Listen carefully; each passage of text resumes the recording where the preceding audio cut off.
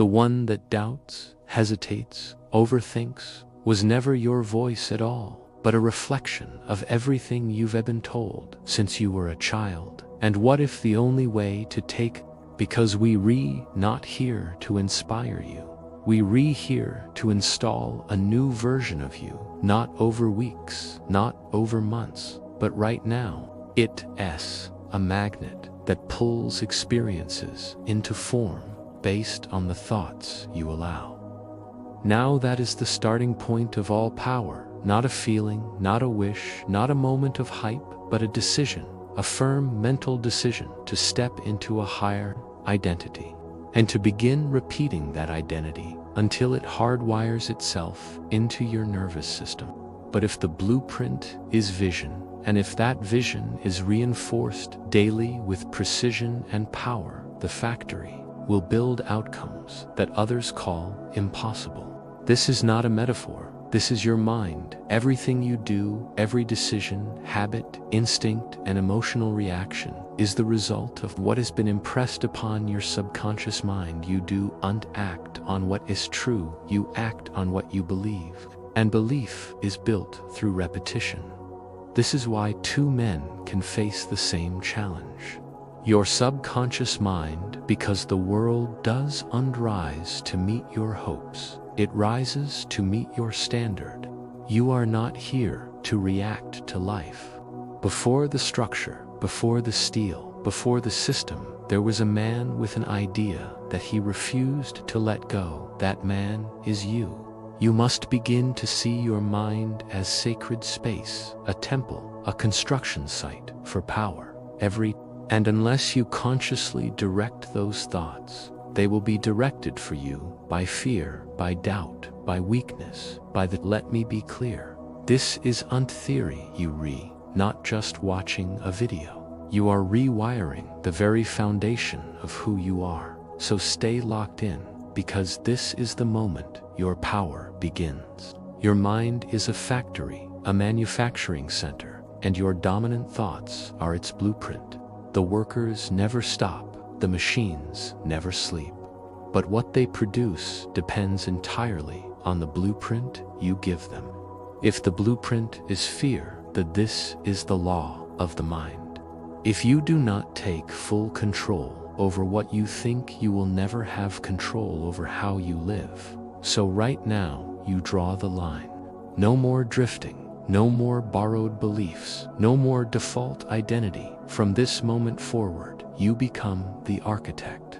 You choose your thoughts, you repeat them with emotion, and you align your actions with them until reality bends to match the image you hold in your mind. The deeper we go, the more you're old. It's a full rewiring session, but it won't work unless you stay with me all the way through every word, every idea, every mental shift noise of a distracted world. Others expect they repeating thoughts they never chose, chasing goals they do understand, and wondering why they feel empty even when they achieve something. Belief acted upon becomes habit, and habit becomes identity. So if you want to change your life, no, not temporarily, but permanently, it does begin with your habits. It begins with your thoughts. You must become ruthless with what you allow to take root in your mind. You cannot allow weakness to linger. You cannot entertain, maybe you cannot afford to casually scroll through doubt, negativity, and distraction every morning and expect to walk through the world with clarity and power.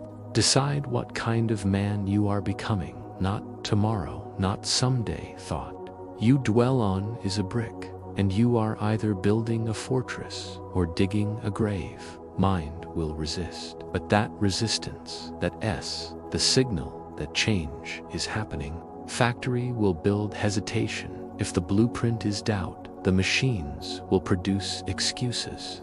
Doesn't argue, it doesn't evaluate, it doesn't filter it. Accepts what you give it over and over again, that becomes its truth. So ask yourself, What have you repeated to yourself so many times that it became who you are? I'm not disciplined. I always mess things up. I can't stay consistent. I don't have what it takes. I'll start tomorrow. I'm just not like them. And now they run silently in the background. Not because they're real, but because they've been. If your dominant thought is weakness, you will live small. But if you make your dominant thought strength, clarity, vision, and power, you will become the kind of man who reflects those things in everything he does. This is why your internal dialogue matters more than anything the world says about you. What you say to yourself in silence is the loudest voice in your life. It becomes your standard. It becomes your identity. It becomes the invisible force that guides every word, every decision, every move you make. And here's the most important truth of all. You can rewrite it, no matter what your past has been, no matter what environment raised you, no matter how long you've lived by the wrong script. The factory doesn't care. It just builds what it's told. And if you hand it a new blueprint daily, repeatedly, deliberately, it will begin producing a different outcome, a stronger one, a focused one, a life aligned with vision, not fear, because your mind is not broken. It is obedient, but it only obeys the architect bold enough to take control of the blueprint, and that architect is you. If your subconscious mind is the factory, then auto-suggestion is the manager.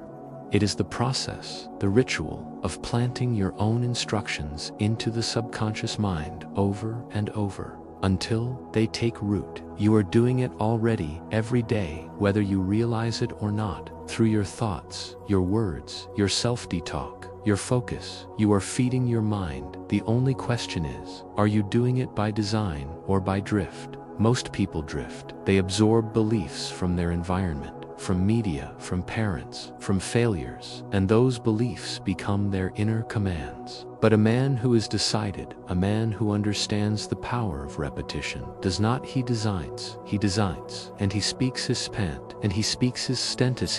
He does it in the mind is slowing and impressionable. He does it prat to it. He does it be it. It does it, and it's good. And it then we went by, and went, and when you and working out, move on up with you, what do you do, what to do, but what with I wear the part of you by the we are you away, we with a man, you be by you, if it was to you, they would have you put me with you, mother, human feet. You, if you did this way, do it for if you want to have you pet the way for the most swim bed with the if you heard this sometimes every day, because the subconscious doesn't respect effort, it respects dominance. What it hears most, it believes most, and what it believes, it builds. This is how transformation begins, not through hype, not through temporary emotion, through repetition with purpose. This is how you shift from "I wish I was disciplined" to "I am a man of discipline," from "I'll try to stay focused" to "I finish everything." I start from "I'm scared of failing" to "There is no failure, only feedback," and I adapt because thoughts do not become things by accident. They become things when they are rehearsed with belief, when they are spoken out loud, when they are felt in the body, when they are repeated until the mind has no choice but to accept them as reality. Let me give you the exact steps. First, write your chief aim, not a wish, not a goal, a decision. What you are building, who you are becoming. Put it in who are becoming, put it in who you are becoming, put it in writing, in your own word, and fire second. Settered, read it aloud, with aloud, it aloud, Kenneth's panda read. Once in the morning, once before bed, not like a what you say, it's what you believe as you say it forth. Speak with authority. You are not asking for this. You are commanding it, not because you're entitled, but because you're aligned. Your habits match your words. Your actions match your vision. And that alignment builds the one thing no man can fake: faith, not hope, not hype.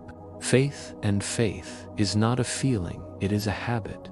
It is the result of installing belief through deliberate repetition until it becomes stronger than doubt, stronger than fear, stronger than anything the world throws at you.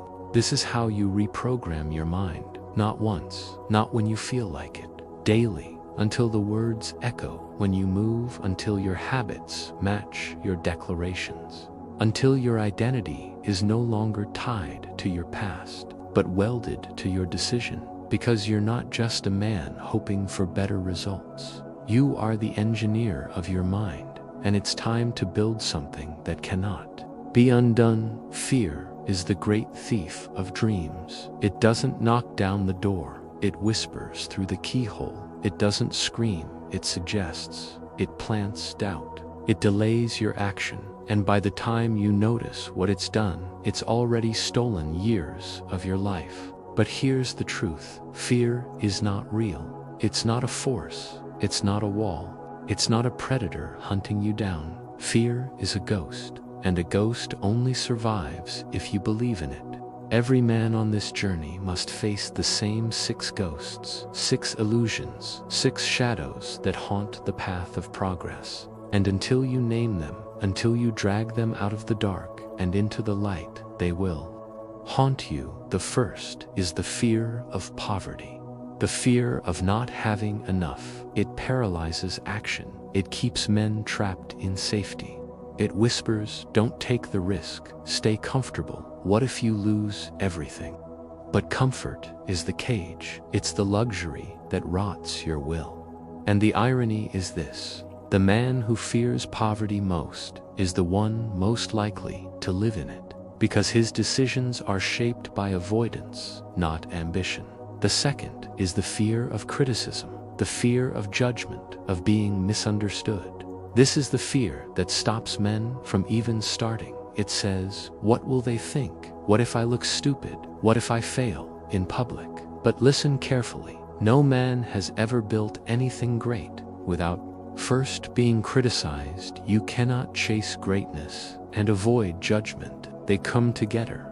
Let them talk while you build. The third is the fear of ill health, the fear of breakdown, of sickness, of loss, of strength. But the fear itself creates the conditions. Worry weakens. Anxiety and stress becomes the sickness. The antidote: action, wellness, focus. You protect the body not by fearing its failure, but by feeding its strength. The fourth is the fear of loss of love, the fear of abandonment, of rejection, of being left behind. This fear causes men to shrink, to chase validation, to tolerate disrespect, just to stay accepted. But a man who lives for love will lose himself to keep it. And the moment you lose yourself, you've already lost what matters most. The fifth is the fear of old age, the fear of time, of decline, of being too late. But age is not your enemy. Indecision is you are not running out of time. You are wasting the time you have because you're waiting, doubting, postponing. But the moment you decide to move, time bends it, sharpens it, multiplies, because clarity compresses years into months. And finally, the sixth, the fear of death, the final illusion, the fear that underpins all the others. But what is death to a man who lived fully, who built, who decided, who followed his calling with everything he had? Death is not the enemy. Wasting your life is. These are the 6 ghosts, not truths, not laws. Ghosts, not laws. Ghosts, empty illusions passed from man to man like curses until someone breaks them. And that man, that's you. Because fear cannot survive in the presence of purpose. It shrinks under the heat of decisiveness. It dies in the fire of action.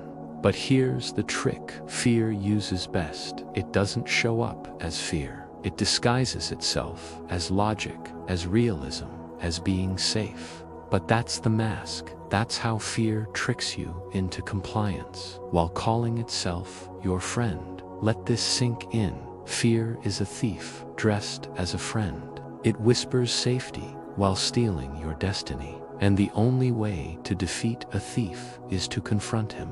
You cannot outrun fear. You cannot reason with it. You can only do one thing: confront it. You look it in the eye. You name it. You strip it of disguise, and then you act in direct defiance of it. Because fear survives in silence, in hesitation, in delay. It feeds on avoidance. The longer you wait to confront it, the stronger it feels. But here's the secret: it only feels stronger in reality. Fear has no substance. It's only as real as your reaction. So the first step is this: name it, write it down. Don't keep it vague. Don't keep it internal. Name the exact fear that's keeping you small. Write the sentence that's been running your life.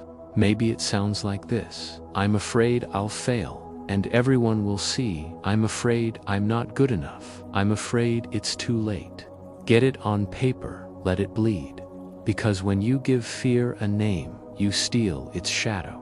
You force it to stand in the light, and fear cannot survive long in the light. Now speak against it. Write the counter to the fear, not in soft language, but in commands. Speak like a man who's done being bullied by his own mind. Say things like, I do not fear failure. I fear regret. I do not need to be perfect. I need to be in motion. I do not ask permission. I build.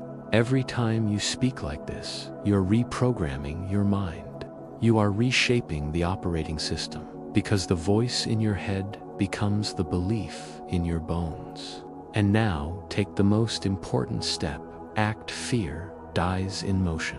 The second you take the step, make the call, hit publish, show up, speak up, you kill the hesitation that feeds the fear. You don't need courage to act. You act, and courage shows up after, because the action isn't just what changes your life, it's what Now you create a new loop, a new pattern, a new image of who you are. And that's what breaks the cycle, because fear and identity cannot share the same space. The man who is defined by hesitation cannot also be defined by action.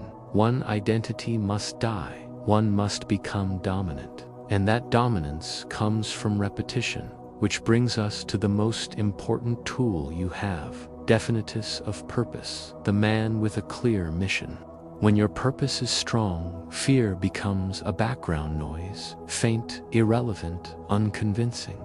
It might whisper, but it no longer commands.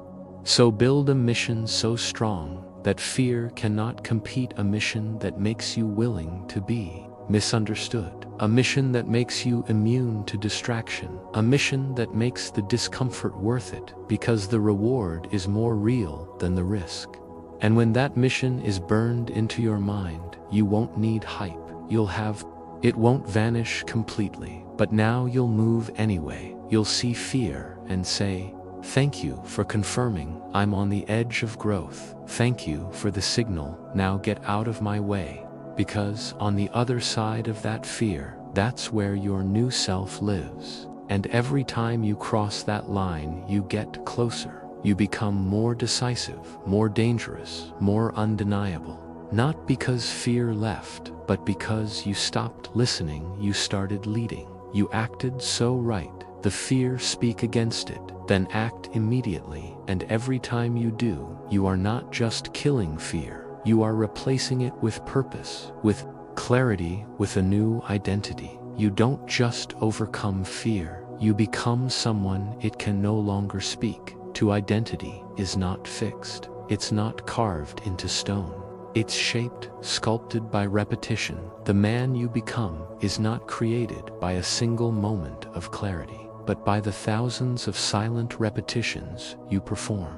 When no one is watching, the words you say to yourself, the emotions you attach to those words, the images you hold in your mind, you become what you repeat. If you speak like a man who is unsure, you become a man who hesitates. If you walk like a man with no aim, you drift. If your rituals are reactive, so is your destiny. But if your words carry power, if your routines carry intent, If your beliefs are repeated with emotion, your identity bends to your design. This is not a theory, this is law. The subconscious mind does not argue, it does not fact-check, it obeys. It accepts what is repeated with intensity, especially when that repetition comes with emotion. You don't have to feel ready, you have to feel real. When you say, "I am focused," even when you're not, and you say it again and again and again, you begin to change the emotional code inside your nervous system. You fire new circuits, you spark new expectations, and over time, your actions begin to match your words. You are not pretending, you are installing. This is why autosuggestion works, because identity is not inherited, it's rehearsed. You must begin speaking to yourself, not as you've been, but as you intend to become. Not as a reaction to your environment, but as a command to your future. Say it now. I am not a man who drifts. I am not a man who reacts. I move with purpose. I decide. I finish what I start. If you say it once, it's a whisper. If you say it 10 times a day for 30 days straight, it becomes your standard. This is what the great ones do. Not once, not twice. Daily, they shape their minds with intention. They do not leave identity to chance, because the world will try to program you. Your past will try to repeat itself. Your environment will try to write your story. But when you decide to repeat power, you take authorship. You are not living by memory anymore. You are living by design. That is how you build the identity of a winner. Say it, repeat it, move like it, until the world doesn't need to hear it, because it will feel it in your presence. And when you've done that, when your beliefs match your speech, and your speech matches your actions, and your actions match your future, that's when identity becomes inevitable. Words alone are not enough unless you own them, unless they are tied to repetition, to belief, and to action. You must install the identity of a winner line by line until there is no trace of the man you used to be. And this is how you do it, through daily declarations, not casual, not passive, not whispered. You speak them with force. You feel them in your bones. You declare them until your subconscious no longer questions their truth. You are not just saying affirmations. You are giving commands. You are writing code into the deepest part of your operating system. And the code must be simple, clear, repeated, and felt. Let's begin now. Say these words out loud, no matter where you are, no matter how it feels. Say them like your future depends on it, because it does. I am disciplined. Say it again. I am disciplined. Not when it's easy, not when you feel like it, but when it's required. Because discipline is not a mood, it is a decision. And every time you say this line, you reinforce your ability to act in alignment with who you are becoming now. Say, I am decisive. Indecision kills more dreams than failure ever could. But you are not indecisive. You know what you want. You know what must be done. And even if fear shows up, you do not let it stay. Because a man who decides quickly and changes slowly builds empires. Now say, I am calm under pressure. Pressure does not break you, it activates you. You are not shaken by chaos. You are not moved by emotion. You stand firm because your foundation is solid. You are grounded, unshakable, steady, because you've trained your mind to lead, even when the world shakes. Now say, I am not average. I do not drift. Average is the result of passive programming, but you are no longer passive. You are intentional. You don't float. You move forward. You build. You create. You execute every single day. These are not nice words. These are not motivational lines to post on a screen. These are installations. And if you want them to work, and if you want them to change, you repeat them daily, every morning before the world has a chance to speak, every night before the noise of the day fades your clarity. This is your ritual. This is your code. You say these words like your life depends on them, because it does. I am disciplined. I am decisive. I am calm. Under pressure, I am not average. I do not drift. You're not saying these to feel good. You're saying them to become dangerous. This is not wishful thinking, it's mental conditioning. Just like a body is sculpted through training and resistance, the mind is shaped through repetition and command. You speak these declarations until your subconscious believes them without hesitation, until they echo in your posture, your tone, your habits, your results, and eventually you won't need to say them out loud anymore. The world will hear them in your silence. Sit up, be still, listen closely, because this is the part where most men lose the game. Not from a lack of strength, not from a lack of strength, not from a lack of intelligence, but from a lack of decision. They wait, they hesitate, they ask the world what it thinks before they trust what they know. And in that delay, they lose everything. Understand, this indecision is the silent killer of dreams. Not failure, not fear, indecision. Every time you say maybe, you feed your weakness. Every time you hesitate, you teach your mind to obey fear. And the tragedy, most men will go their entire lives thinking they need more time, when in truth they just needed more direction. The most powerful force you will ever wield is your ability to decide. Not to wish, not to wonder, but to decide fully, completely, without apology, and not just once, daily. Because decision is not a moment, it's a habit. You don't drift into greatness, you decide your way into it. Let me make this plain: your progress is locked behind a door called decision.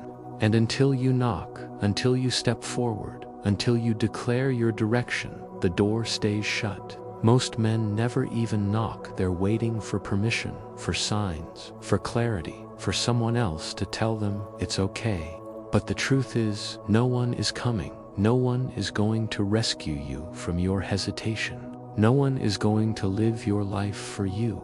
The world belongs to those who decide. Say this right now: I decide quickly and change slowly. That one line, if lived, can change your life. Because when you become the kind of man who moves with decisiveness, you stop wasting energy, you stop leaking time, you stop handing your power to your emotions, your distractions, your doubts.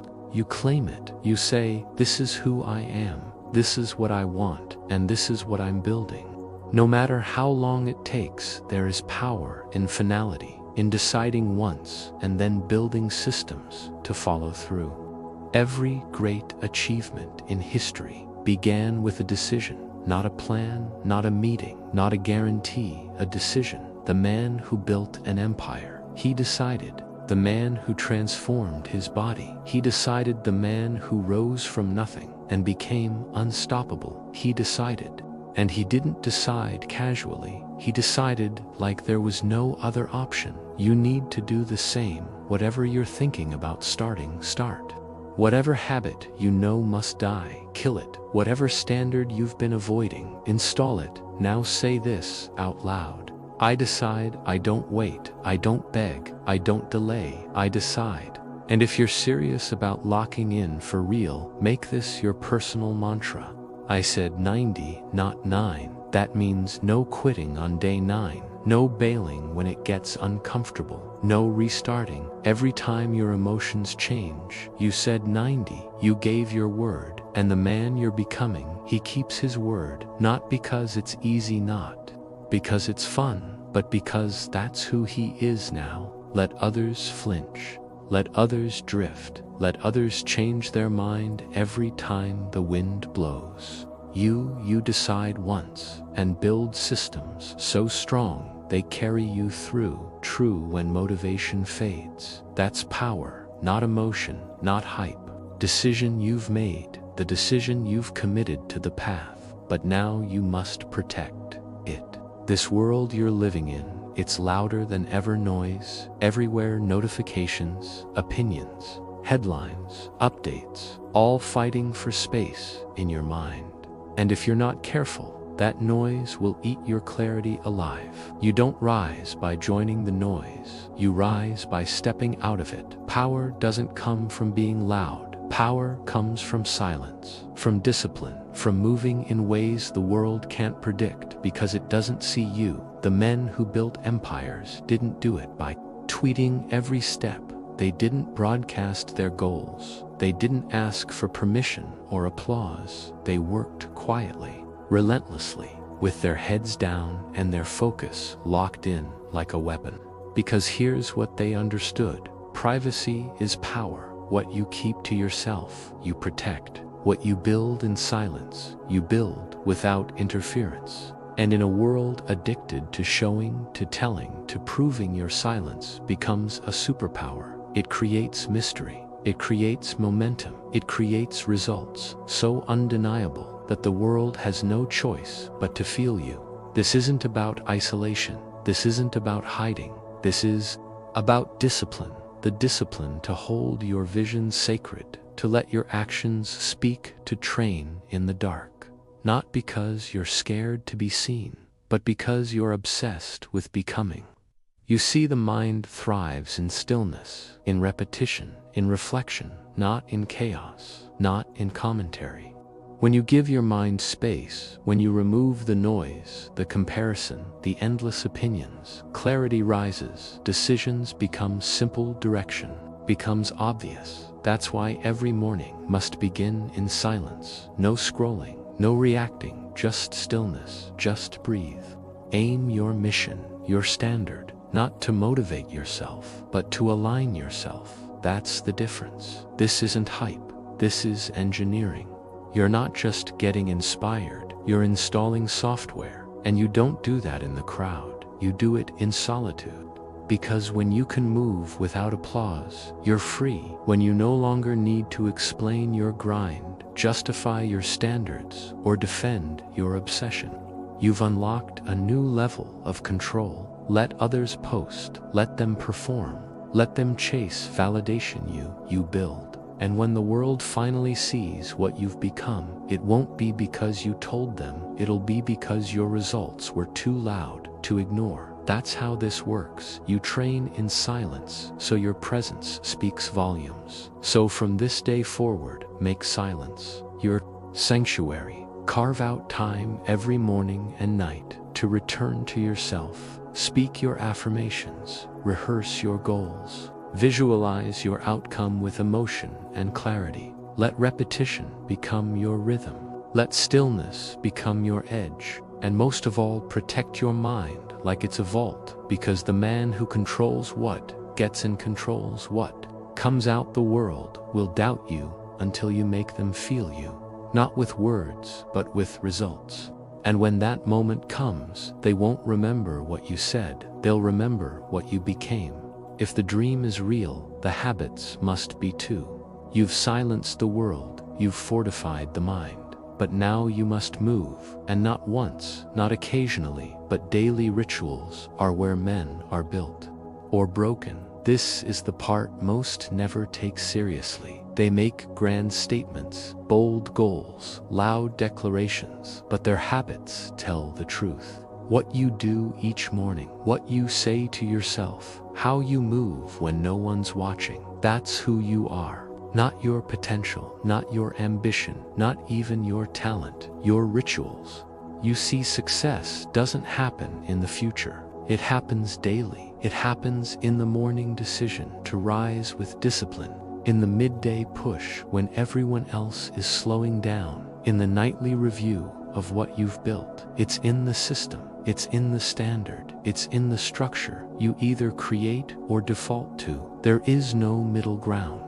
You're either living by design or by drift. Let's be clear, your rituals are not small, they're not minor, they're the blueprint of your results. You can't escape this truth. You will either install the patterns of greatness or inherit the patterns of mediocrity. There is a universal law, unbreakable, invisible, and absolute, that governs this reality. I call it the law of cosmic habit force. Once you create a rhythm, once your mind and body are conditioned to a certain way of living, that rhythm begins to carry you forward or backward, up or down. That rhythm either becomes your engine or your anchor. Most men never realize it. They think they're choosing moment by moment, but they're not. They're being pulled by the patterns they've repeated for years, habits they never questioned, loops they never rewrote, and now they're wondering why they feel stuck. It's simple. Your current life is the echo of your past rhythms. And if that scares you, good. It means you're ready to install new ones. This is your mission now. Build momentum loops. Routines that feed the mind, the body, the mission every single day. First, the mind morning programming, auto-suggestion, identity statements, mental clarity. You command your mind before the world does. Second, the body training, not for vanity, but for dominance, strength over softness, vitality over laziness, movement sharpens focus. Third, the mission deep work, no distractions. A minimum of 90 focused minutes, where you advance the goal, where you move the needle. These are your loops. You lock them in like law. No negotiation, no compromise, no I'll start tomorrow. Discipline today is what builds the man you'll be tomorrow. You don't need complexity, you need consistency. You don't need perfection, you need alignment. And every time you execute your routine, you tell your mind, this is who I am now. And if you miss, you reset. No shame, no stories, just back into rhythm, back into alignment. You see, obsession isn't dangerous when it's aimed correctly. It's not something to fear, it's something to install, because success is the result of systematic obsession, repeated belief, repeated execution, repeated refusal to live out of sync with your vision.